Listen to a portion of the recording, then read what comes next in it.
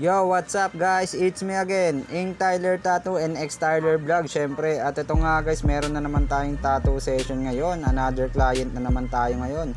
Itong ating client na si Boss ay taga Panorama. Dinayo pa tayo ng ating client. Nag-walk in dito sa akin sa bahay para lang makapagpatattoo si Boss. At ito nga guys, ipapaayos ni Boss itong kanyang tattoo sa paa.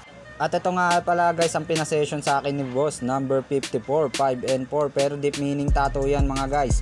Para kay Boss may meaning yan. Ang meaning daw niyan ay pangalan ng kanyang asawa at saka pangalan niya, 5 and 4. At itong tattoo ni Boss guys sa paa ay pinakulayan niya sa akin. Kinulayan natin to para mabuhay siya tignan kahit papaano, maging astig siya tignan. At syempre bago ang lahat guys, sa mga hindi pa naka-follow, like at share at subscribe dyan sa akin, please paki-follow at subscribe naman ako guys sa aking YouTube channel, X Tyler Vlogs, at sa aking TikTok account, at syempre sa aking Facebook page. Yun lang guys. At syempre guys, sa mga gusto magpatattoo dyan, i-PM nyo lang po ako sa akin main account. I-send nyo lang po sa akin ng design nyo na mapag-usapan natin yan. Bibigyan ko po kayo ng malaking discount. PM for more details. We accept GCash payment. We open for walk-in, schedule, home service, at sa service fee. Depende po sa layo ng location nyo.